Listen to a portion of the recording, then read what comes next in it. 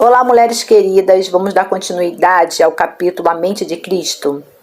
A pessoa com a mente de Cristo tem pensamentos positivos, enriquecedores, edificantes sobre outras pessoas, como também sobre si mesma e sobre suas próprias circunstâncias. Romanos 12:8 vai dizer: o que exorta, encoraja, faça com dedicação. O ministério de exortação é grandemente necessário no mundo de hoje. Você jamais exortará alguém com palavras se não tiver primeiro pensamentos bondosos para tal pessoa. Lembre-se de que qualquer coisa que estiver em seu coração sairá de sua boca. Então, tenha algum pensamento amoroso de propósito.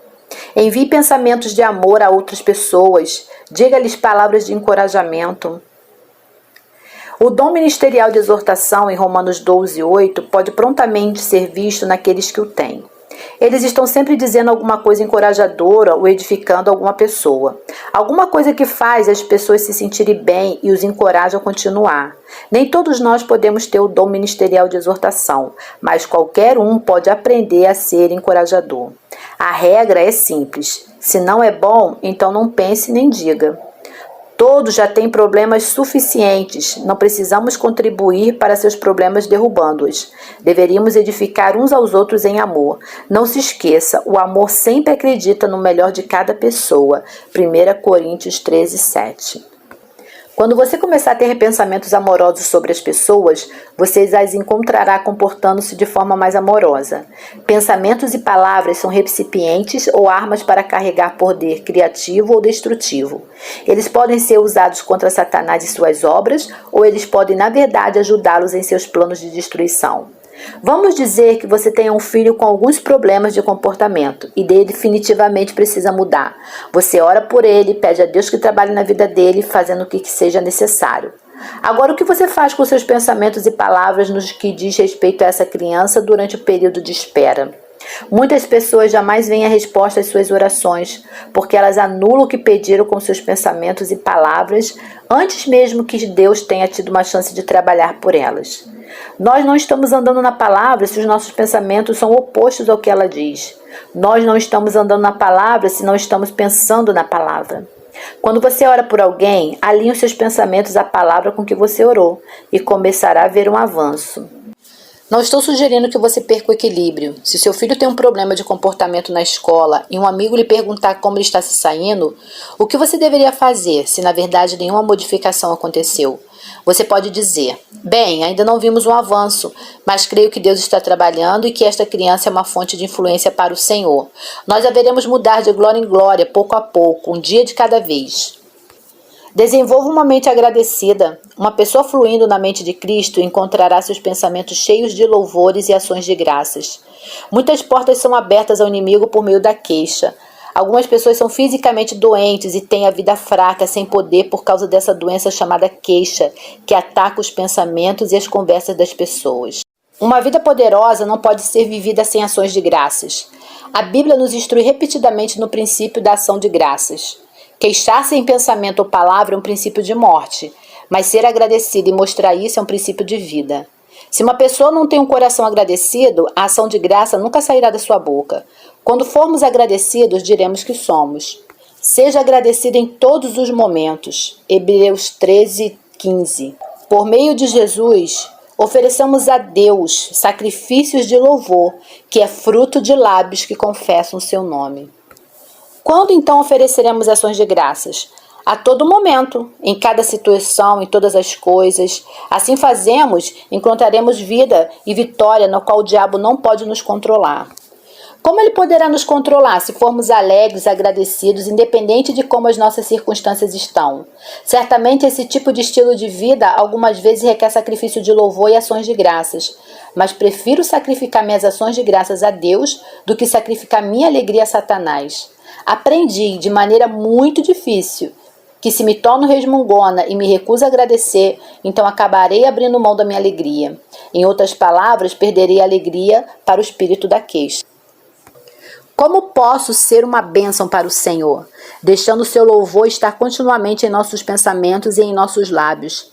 Seja uma pessoa agradecida, cheia de gratidão, não apenas em relação a Deus, mas também em relação às pessoas. Quando alguém faz uma coisa boa para você, deixe-o saber que você apreciou a atitude dele. Mostre apreciação em sua família, entre os vários membros. Muito frequentemente, tornamos como de direito as coisas com as quais Deus nos tem abençoado. Uma forma certa de perder alguma coisa é não apreciá-la. Eu prezo pelo meu marido. Nós estamos casados por longo tempo, mas ainda digo que o prezo. Ele é um homem muito paciente, de muitas formas e tem muitas outras boas qualidades.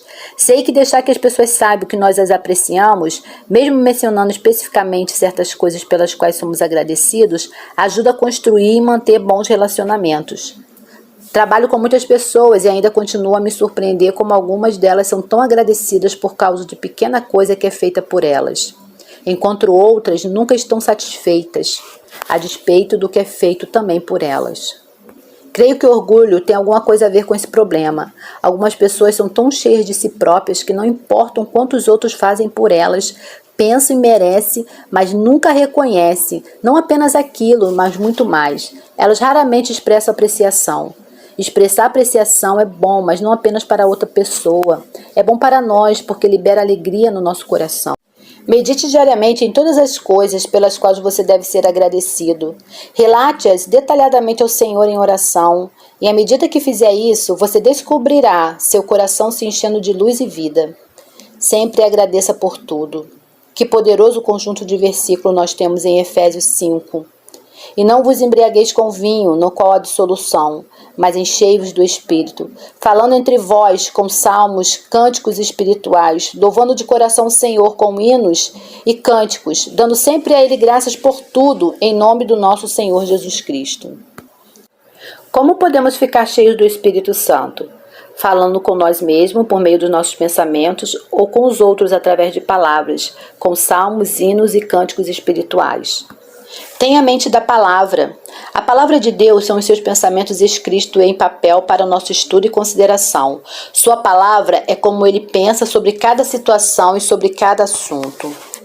A Bíblia diz que Jesus era a palavra feita carne. Isso não teria sido possível se a sua mente não estivesse cheia da palavra de Deus continuamente. Meditar na palavra de Deus é um dos mais importantes princípios da vida que podemos aprender. A palavra meditar significa, dentre outros, refletir, imaginar, premeditar, praticar. Muitos cristãos têm se tornado temerosos da palavra meditar, por causa das práticas de meditação das religiões pagãs e ocultistas.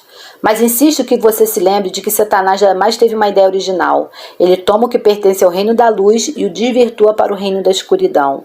Devemos ser suficientemente sábios para perceber que se a meditação produz tal poder para o lado do mal, ela também produzirá poder para a causa do bem.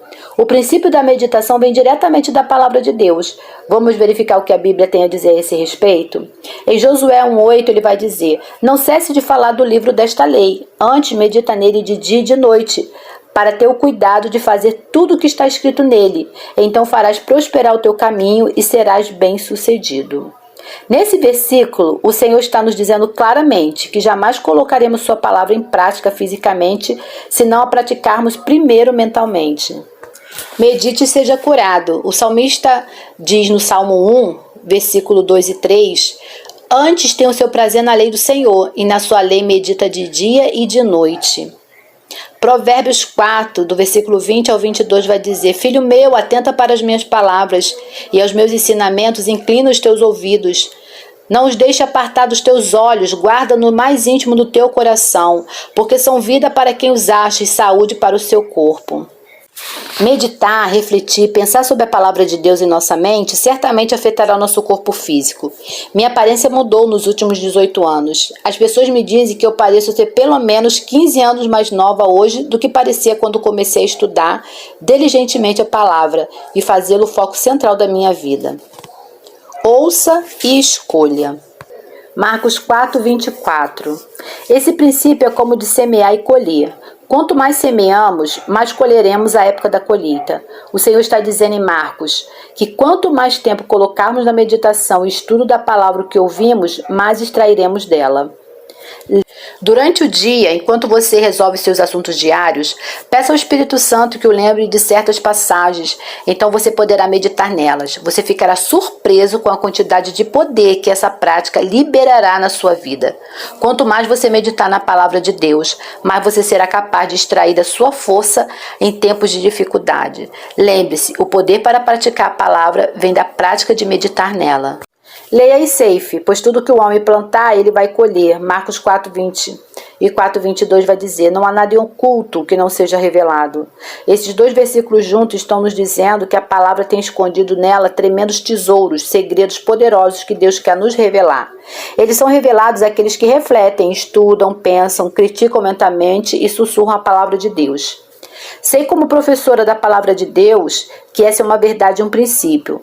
Parece que não há fim ao que Deus quer mostrar nos versículos das Escrituras. Eu estudo uma vez e observo uma coisa, e outra vez vejo alguma coisa nova que não havia notado antes.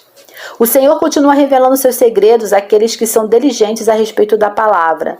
Não seja do tipo de pessoa que sempre vive à custa de revelação de outra pessoa. Estude a palavra, permita que o Espírito Santo abençoe sua vida com a verdade. Eu poderia continuar infinitamente nesse assunto de meditar na palavra de Deus, mas como eu disse, é uma das coisas mais importantes que podemos aprender a fazer. Receba e acolha a palavra.